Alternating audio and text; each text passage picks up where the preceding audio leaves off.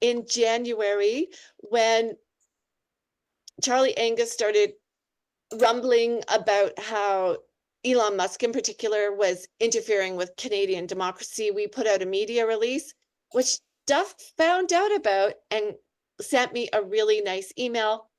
And we had a really good conversation about what is happening.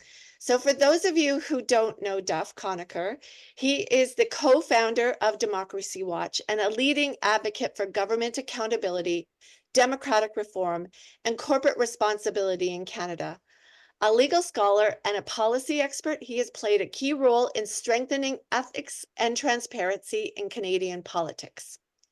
And for those of you that don't know what Democracy Watch is, it's a Canadian national nonprofit, nonpartisan organization and Canada's leading citizen group advocating for democratic reform, government accountability, and corporate responsibility.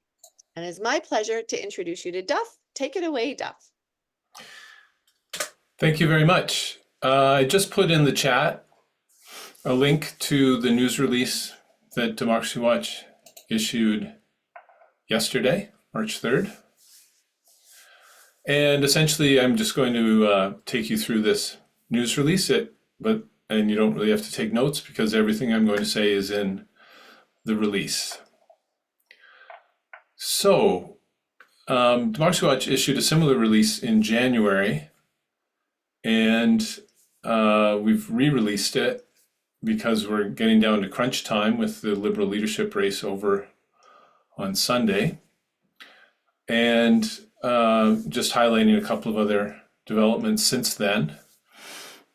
And it's all part of our Stop Foreign Interference campaign, which I will also link in the chat as well, so that you can see it. And we're calling for 17 key changes to prevent, prohibit, and penalize foreign interference. And they are mostly changes to rules, but also changes to the enforcement system.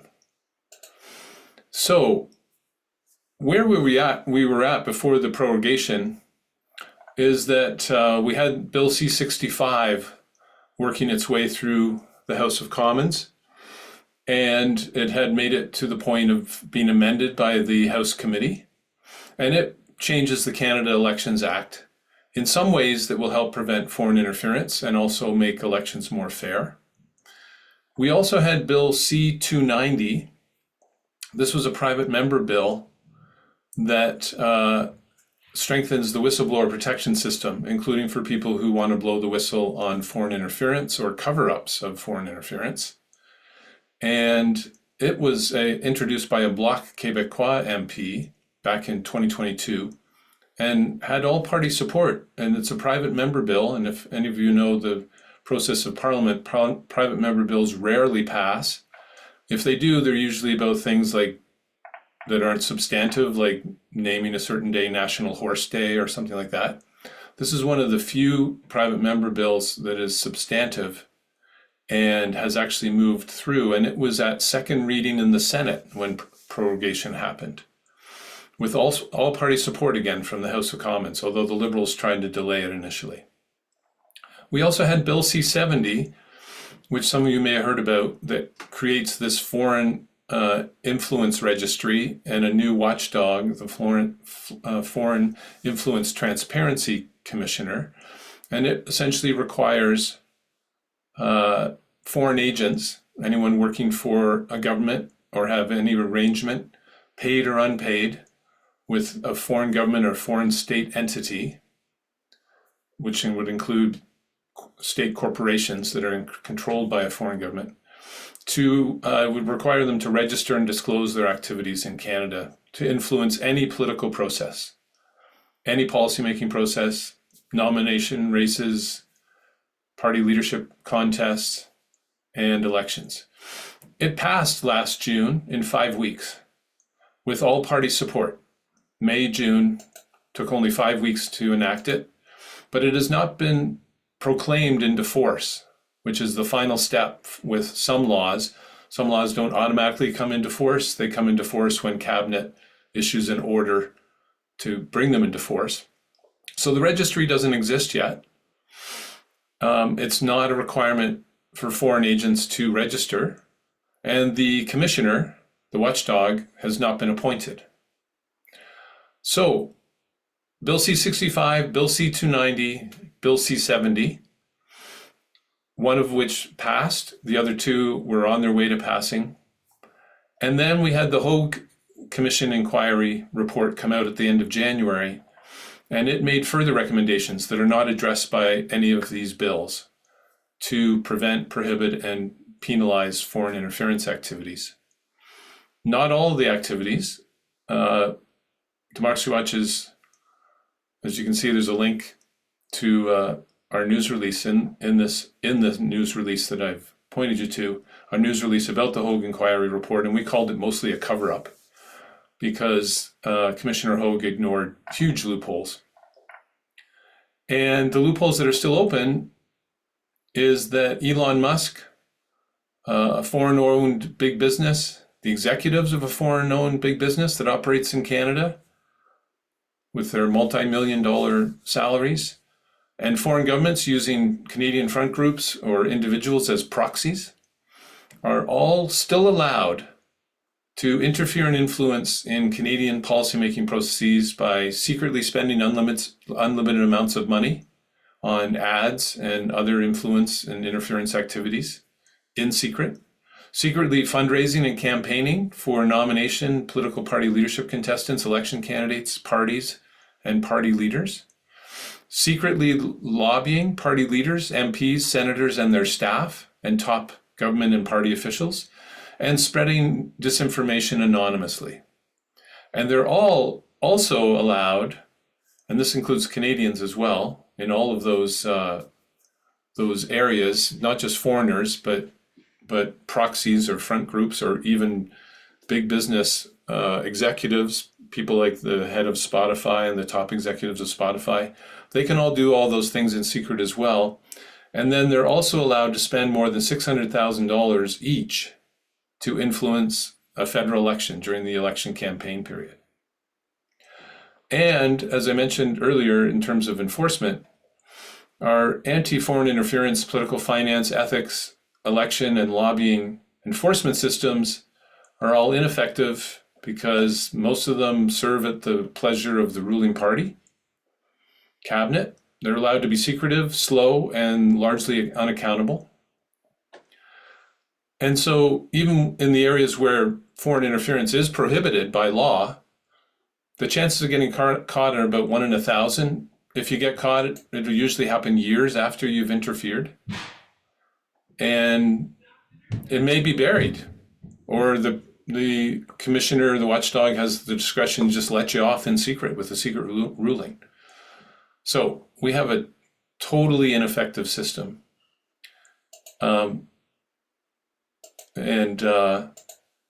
Kathy had mentioned Charlie Angus has intervened, and you probably saw this, where he wrote to the chief electoral officer and said, please tell me that everything Elon Musk is doing in Germany and other countries is not legal here.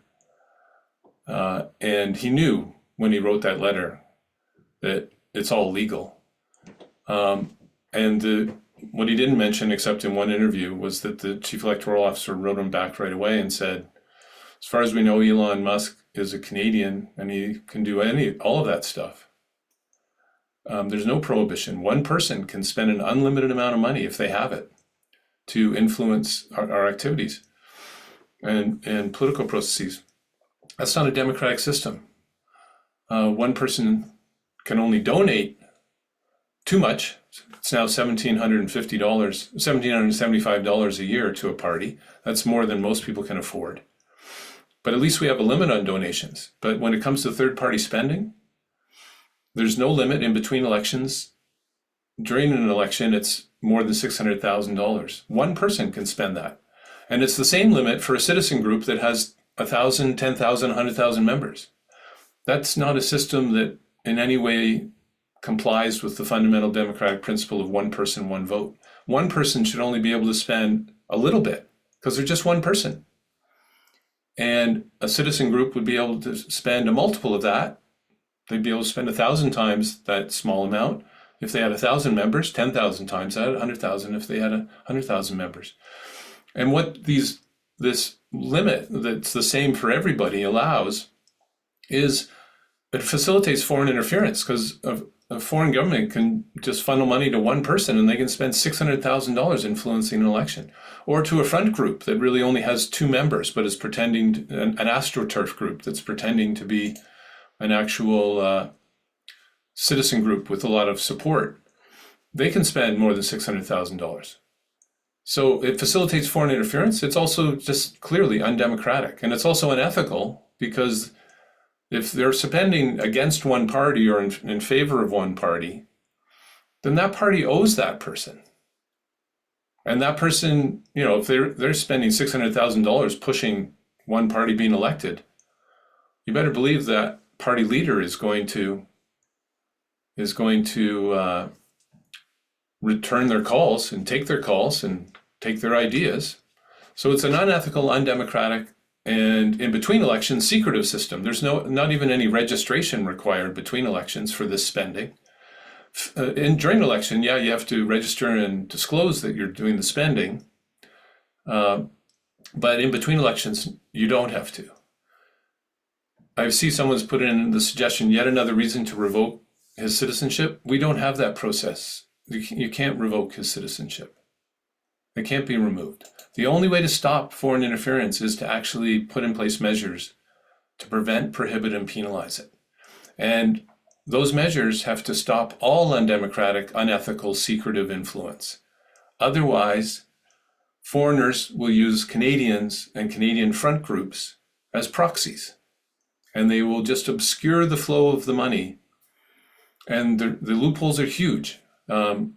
That one person could get a ton of money from foreign governments. They do not have to disclose that they got the money from foreign government. It's illegal to use foreign money during an election period, but you can just disclose it in your disclosure form as my own money. So that's not an effective system if you're allowed to just say it's my own money and don't have to prove that it's your own money. Beyond that, though, one person should not be allowed to spend $600,000 to influence an election just because they have it or someone's given it to them. That's just simply undemocratic. Donations, loans, and spending all have to be set at limits that comply with the fundamental democratic principle of one person, one vote. And that means it has to be a low amount that one person can spend, because most people can't afford to spend more than $100. And if you're one person, you only represent one person. If you start a citizen group and you get 1,000 supporters, okay, great, then you can spend more. But if you're just one person, you should only be able to spend a very small amount, because you're only representing one voter out of 27 million voters. So, what are we calling for? The key really is with the Liberals. They hold the power to call a snap election, or to open up Parliament with a speech from the throne. And the speech from the throne should say, we're not going to do much. We know fixed election dates coming up anyway. Parliament's due to close mid-June anyway. But we need to have measures in place to prohibit, prevent, and penalize foreign interference, and we don't have them now. So we want to pass Bill C-65, enact Bill C-70 into force, pass Bill C-290, because protecting whistleblowers is key to law enforcement in any area, and also pass another bill that at least does some of the Hogue inquiry and these key political finance changes, so that Elon Musk, even if he is Canadian, would only be able to spend $100 trying to influence the election, not $270 million like he spent in the US. And he could spend $270 million here right up until when the election campaign begins. And then he would only be allowed to spend another just over 600,000. So the Liberals would have to do that speech from the throne. And then the NDP or Bloc would have to support it, because the Liberals would have a majority in Parliament with either the NDP or Bloc, or of course the Conservatives. They would have a majority if the Conservatives supported it. But the most likely partners are the NDP or Bloc. And that's our hope, is that whoever does win the leadership will introduce speech from the throne and dare opposition parties to vote in favor of an election because they want one early, instead of an election that is not tainted and undermined by foreign interference. And I think whoever wins the Liberal leadership will be dumb not to do that. If they call a snap election, they're also saying they're in favor of foreign interference, because it's wide open now. You can do it in secret. And one person can have an enormous influence. All of these spending limits were set before social media came in. And, so the number of people you can reach with 600,000, you could reach every voter 10 times over with $600,000 of spending on social media ads. Or you could do door to door, you could knock on every door in Canada with $600,000 if you wanted to just get minimum wage workers running door to door, or in key ridings. Most of our elections are decided by 5 to 10% of voters. You don't have to influence everybody with a false message, disinformation. You just have to influence 5 to 10%, and you will change the results of an election. So we issued this release. We changed the action letter on the page for our Stop Foreign Interference, so that we added 2 paragraphs at the beginning saying all party leaders, an early election is not in the public interest. Pass these measures first, and then we can have an election. There's no rush. So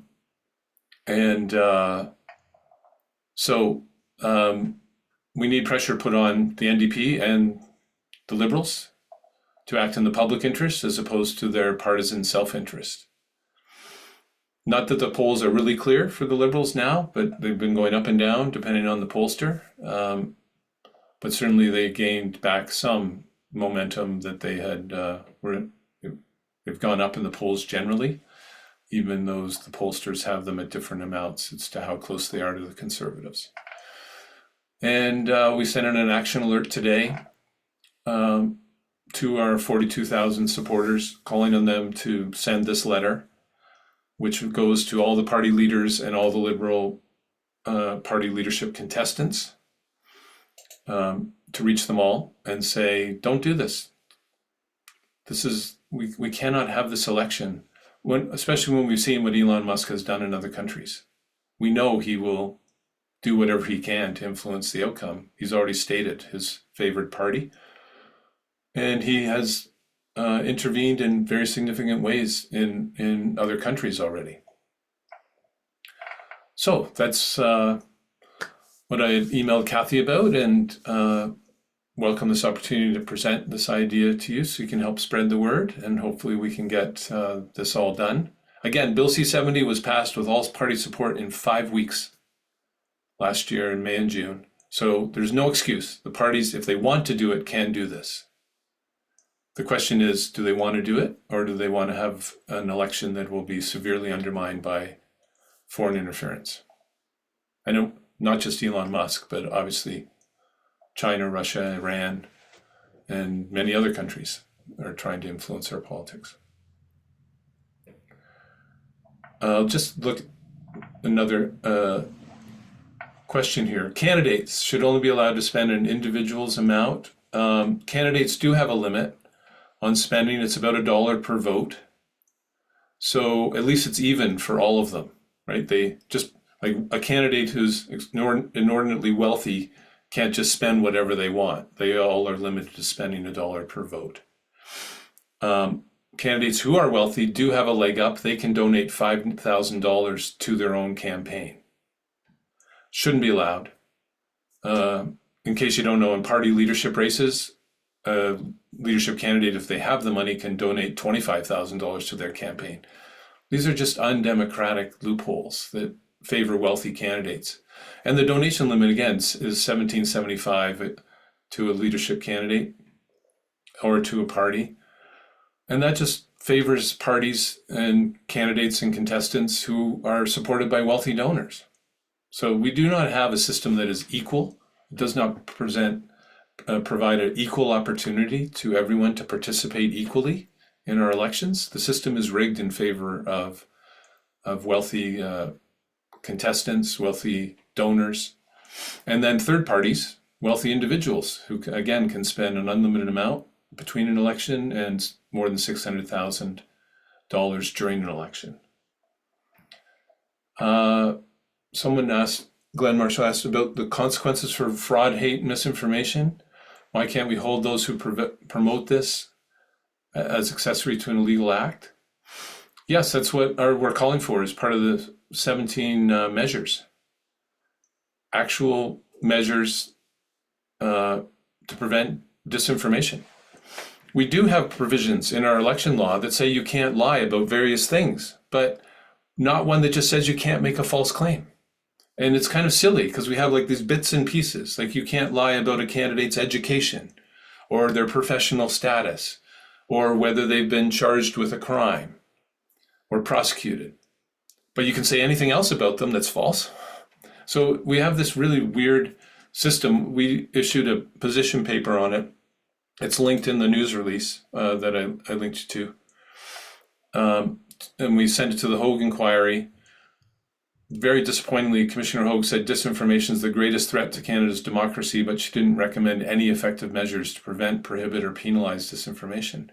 I don't know what she was doing for 9 months, full time. It comes to the conclusion that the greatest threat and then doesn't recommend any changes. But our position paper was entitled Misinformed, Canada's Incomplete, Inconsistent, Partisan, and Ineffective Anti-Disinformation System. Incomplete and inconsistent because we do prohibit some false claims, but not all of them. Like, why not all of them? Partisan, the watchdogs who watch over disinformation are all chosen by the ruling party cabinet, and most of them serve at the pleasure of the ruling party cabinet. So they're not going to independently rule on disinformation. They'll rule on disinformation that negatively affects the ruling party, while ignoring cases that affect other parties. Ineffective, by the time that something's looked into, the elections happened 2 years before. So you need a quick response system. And then also no penalties for these companies that are allowing misinformation and disinformation to be published. And if you know the overall social media argument, they say we're not publishers, we're just letting people post. And so you can't hold us to any standards of accuracy or fairness. They are publishers and they should be held liable and they should be required to play a role in preventing disinformation. But also we need a watchdog that can order them to remove posts if it's a blatant lie, and also penalize them. And if they're going to continue allowing it, like Twitter X is now, no moderation at all, then the watchdog should be empowered to block them so that they just would not be accessible. There is a petition out there to ban Twitter. There's no power to do that now because they're not treated like media. They're treated like social media, and there's no regulations that would allow banning Twitter, and unless you put in place these measures. So if you can see the 17 recommendations that we made and calling for, a lot of them reflected in the news release as well, but you can see them on the campaign page. And every time you click send on the campaign page, it goes to all the party leaders. And we're hoping, we're actually very hopeful that Jagmeet Singh, when the prorogation happened, wouldn't have said, as soon as Parliament opens again, we're going to vote non-confidence. We were hoping that he would have said, we'll see where things are at that time. We have the Hogue inquiry report coming out the end of January. Maybe we should see what's in it before we say we're going to cause an election. Because again, an early election is not in the public interest at all. We need this stuff prevented, prohibited, and penalized in law, or we're just going to have an election worse than any other. The signs are clearly there. There's no moderation on social media now. There was for the last election, not really effective, but at least some. Everything I've already gone through is legal, and the enforcement system is extremely weak and ineffective and partisan. Happy to take questions as well from anyone you want to type in the chat, but I'll leave it there and welcome your support for this effort. There's another question in the chat from Glenn. And is there any democracy on this planet that has robust protections that we can point our parliamentarians? Yes. So start with political finance. Quebec has the world's leading system. And they put it in place after a corruption crisis in the construction industry 15 years ago, which you may have heard about. There was an inquiry called the Charbonneau Commission. And unlike Commissioner Hogue, the Hogue inquiry, Commissioner Charbonneau made very comprehensive and substantive recommendations which were implemented. So, donation limit in Quebec, $100. Third parties are actually not allowed to spend anything. Now, I don't agree with that because I think if you're a citizen group and you have 10,000 members, you should be able to spend something. It shouldn't be just the parties and candidates spending during elections. Third parties do have a role in policy debates, election debates, but no one's allowed to spend anything. No corporation, no individual can spend as a third party in Quebec. So we don't have to look far. Lobbying. Interestingly, in Alberta, if a third party spends $1,000, they have to disclose their donors at any time, during an election or in between elections. That was brought in when Jason Kenney was making up all the stuff he made up about the groups that were combating the tar sands, and created this whole commission to supposedly investigate them and saying they were all foreign funded. Well, of course, ignoring the fact that most of the oil and gas companies are foreign owned at 100%. So they're the ones who are actually the foreigners intervening in our elections, not the environmental groups, who did get foreign money, but were not using it for their tar sands campaign. They were using money that was raised here mostly, almost 90%. But he wanted to know where the money came from for those interest groups. And so he changed the law to require any interest group that spent more than or raised more than $1,000 to intervene in Alberta politics to disclose where the money came from. So there's actually a very strong law there in terms of disclosure as where your money is coming from. Lobbying law, Toronto has the strongest lobbying law. Volunteers, lobbyists have to disclose their lobbying. There's no threshold. Like at the federal level, you have to lobby 20% of your time if you're working for a big business. And if you don't lobby 20% or more of your work time, you don't have to disclose your lobbying. So it's a huge loophole that hides big business lobbying. But Toronto doesn't have that loophole. Even if you're volunteering, you're unpaid. If you're doing lobbying, you still have to register. So we have examples right here in Canada of best practices. No jurisdiction in Canada puts it all together. And the other one, disinformation. New Zealand actually has a rule saying you can't make false claims during elections in their election law for their national elections. A few US states had one as well. The enforcement system was a person appointed by the state governor, who's obviously comes from one party, the ruling party. And the court struck it down and said, you can't have a partisan person enforcing this because obviously it taints the whole system. And that's very important.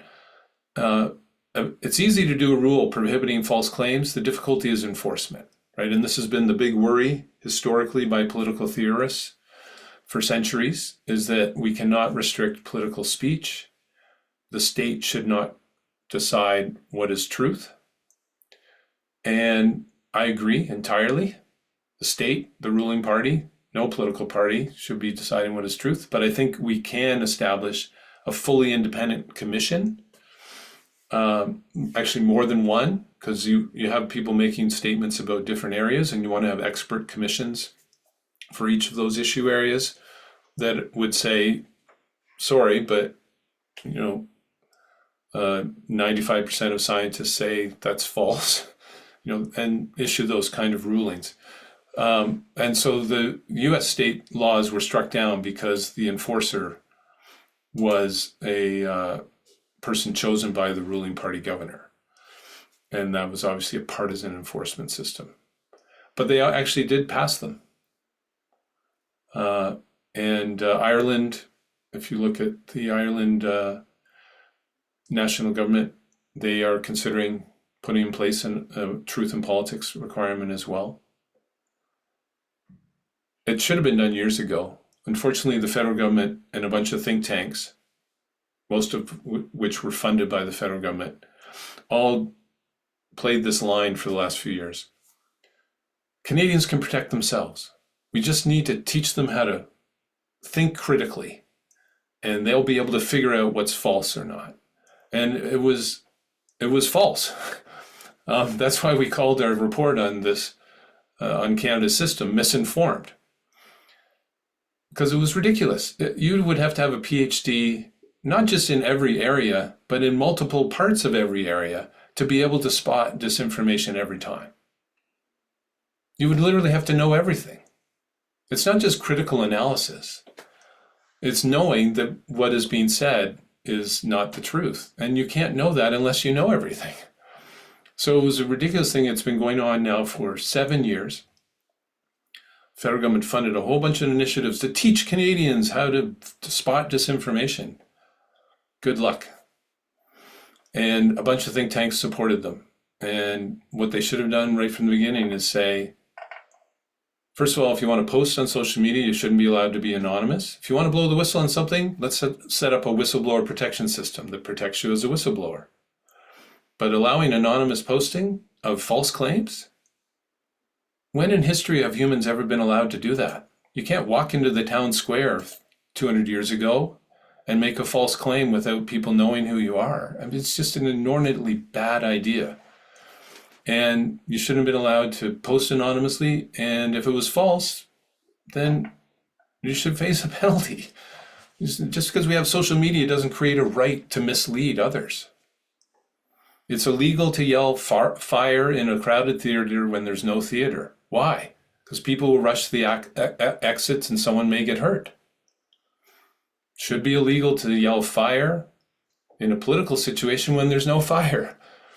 Because people will rush to their ballot boxes and vote for something that is not real, and all of society will get hurt.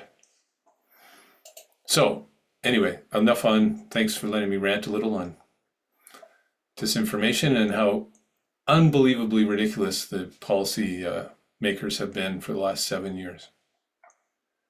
It was wonderful. Algorithms? Yeah. Yeah, so Mark Taylor has asked this. The algorithms, the main recommendation for that has been make the algorithms public. Again, it's from these same think tanks. Educate Canadians, make the algorithms public. Everyone knows what these people are doing with the algorithms. All you have to do is click on a few links, and then you see all of a sudden everything in your feed comes from that same point of view. And how those that are the most provocative are the ones that get boosted and that you see, right? The ones making the most outrageous statements that cause the most reaction. And what are the statements that cause the most reaction? Usually false claims, because people react and say, that's not true. Yes, it is, and back and forth. So we know what the algorithms are already. I don't think it's going to help much to to expose the algorithms, all of these social media companies want you to stay there engaged and responding to the posts. And that's how they make money, because they have your eyeballs and then they sell ads. And the more eyeballs they have, and the more they can show these people are on for 10 hours a day responding to this stuff, the more money they make. So they're not going to change their algorithm even if it was exposed. It's the only way they make money. If it was a reasonable discussion that was factual, people would not be on as much, and they wouldn't make as much money.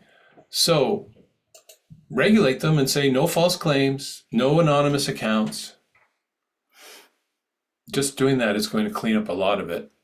And then an actual effective independent enforcement system that's timely and quick, because we need to stop false claims during election campaigns, especially the ones in the last few days that are trying to swing people one way or another. High penalties, so that, you want to try and win an election through misleading as opposed to leading, you're going to pay a penalty. And just regulate it the way that speech is regulated elsewhere. You can't libel somebody. Why? Because it's false, and it's negative and derogatory, and it hurts them. Same with any false claim. Glenn has a question, and this is very rich. I'm loving it. But Glenn has a question, and then I think we'll start winding down, even though I don't want to because I'm learning loads. But Glenn, go ahead if that's okay. Thank you, Kathy. Duff, one of the we got to be careful with social media because we don't want to suppress free speech. But I thought there was a critical line that was crossed when the social media companies choose to promote something, which, as we all know, they do to engage eyeballs. But if it's negative or false, they've crossed the line. And that should be a way to target them and force them to do their job of moderation. Is that a reasonable possibility? And consider citizens-based enforcement, like if they have in New York City around the anti-idling law. Yeah, I think that is exactly what we need to do, and say that you cannot publish false claims. Okay. So you're a publisher. You're not just a platform. And this was the big victory they won in the US, where they went to court. They were going to be regulated, and they said, we're not publishers. And the court said, okay, we agree, you're not publishers. And does that apply to Canada? You just pass a law saying, yes, you are. And they can go to court, and the law will define them as publishers, and then they can be regulated as publishers are. Got it. And if you won't, have journalistic ethics, then and you won't take any steps to stop false claims, let alone have a system that promotes them, then you can't operate here. Yep. Is there any country that's doing that today? The European Union's Digital Regulation Act has some elements of this, but not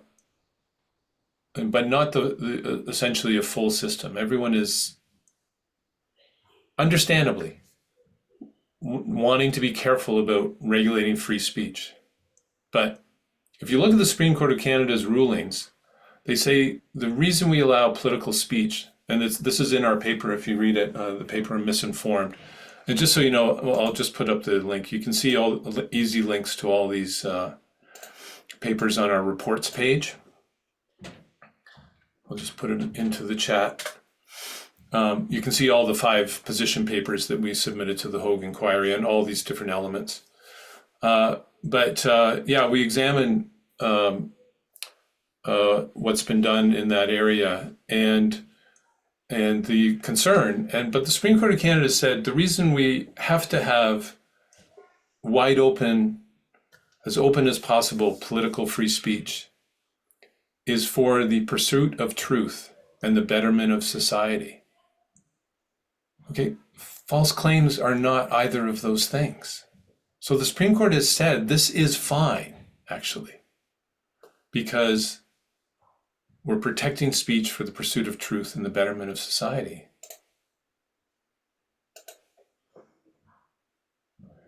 So I think it would be charter proof as well. The key has to be a fully independent enforcement system. Cannot be under the control or influence or connected to any political party.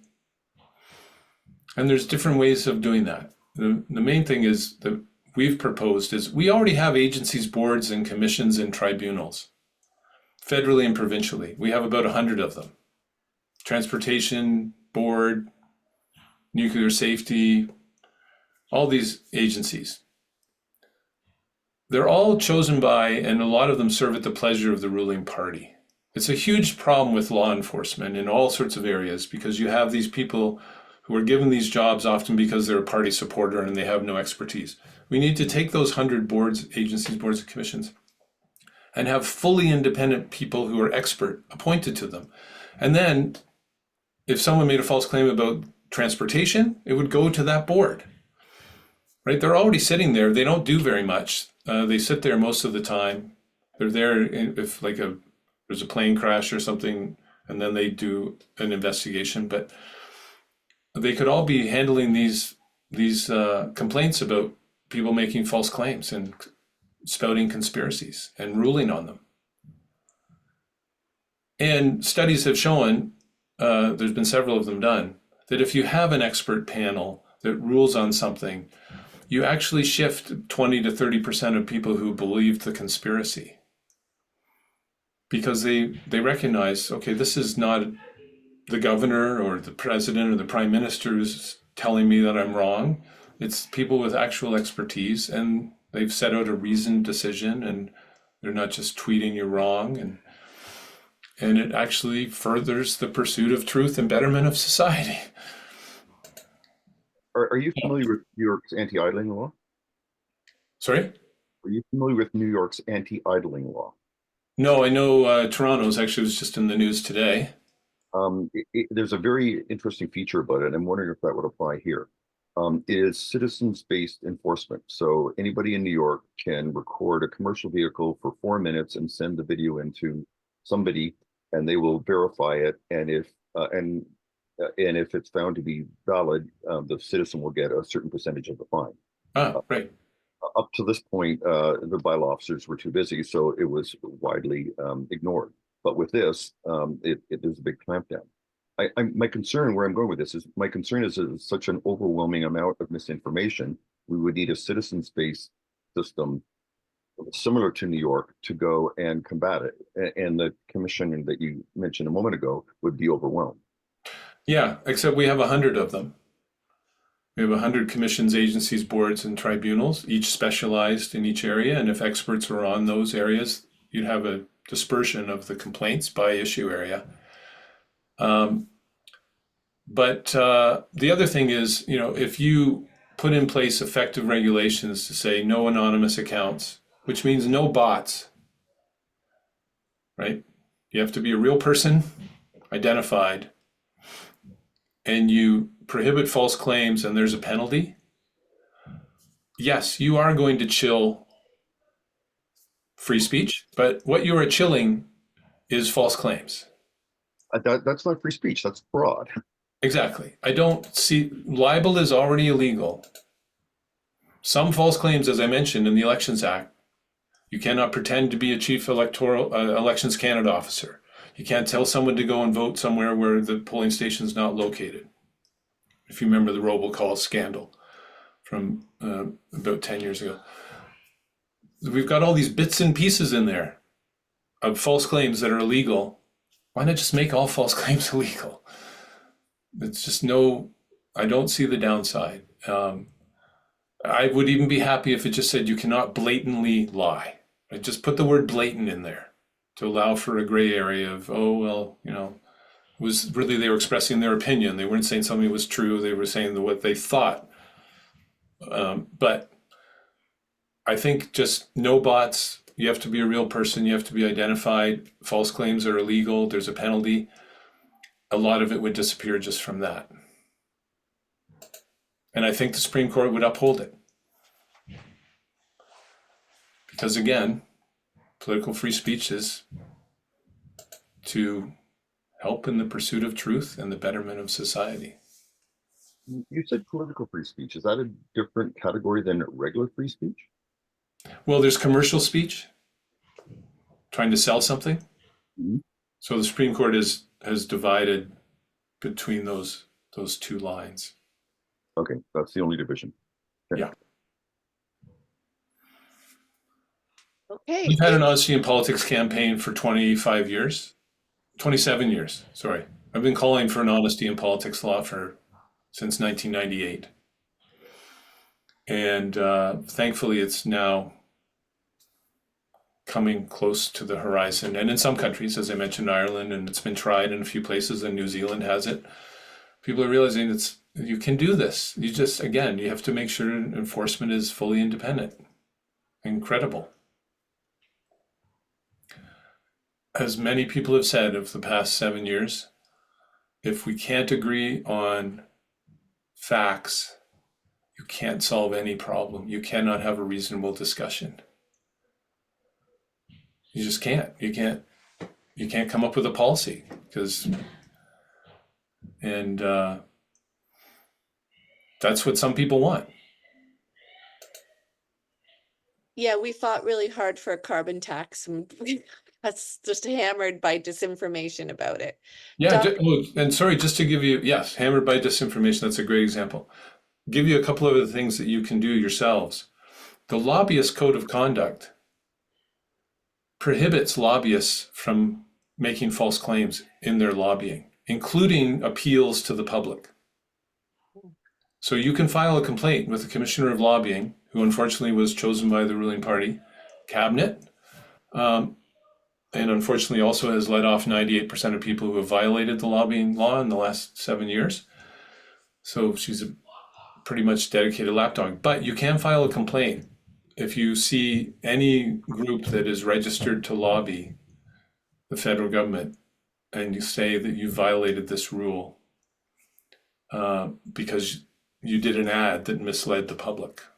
Because ads are included as part of their lobbying, appeals to the grassroots, to the public.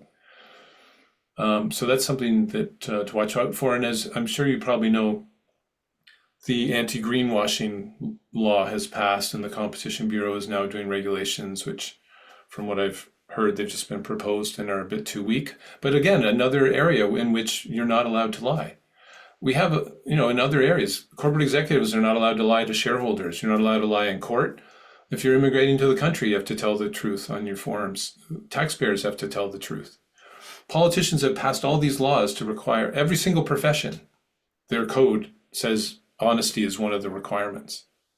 And politicians have imposed on all sorts of people in all sorts of professions and areas of life, but not on themselves. And again, we just have an incomplete, inconsistent, partisan and ineffective system, and let's make it complete, consistent, effective, and nonpartisan. And stop this torrent of disinformation that is undermining society in every way. Not just policymaking, it's undermining society in every way.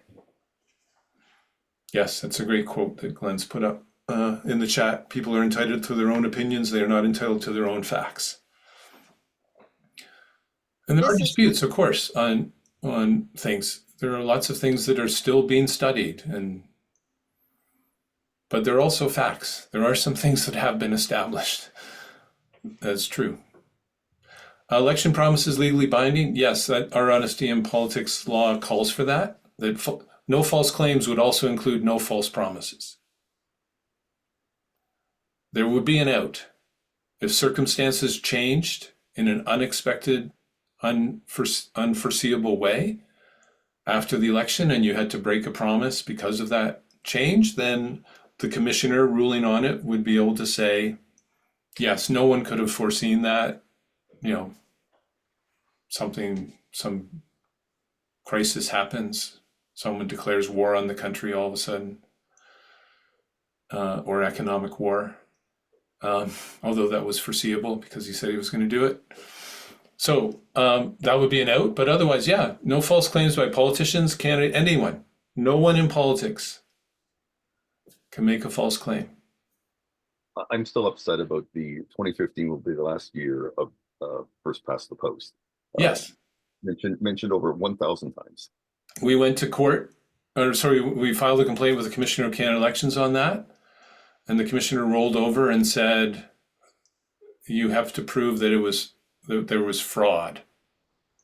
And our law does not require that, actually. I mean, the reason we need a stronger measure is we actually have a measure in election law. No one, by any pretense or contrivance, can induce someone to vote or not vote, or vote for a particular candidate or party. That's already in our election law. Justin Trudeau said 2,000 times, Fair Vote Canada counted, 2,000 times during the 2015 election. This will be the last election under the first past the post system.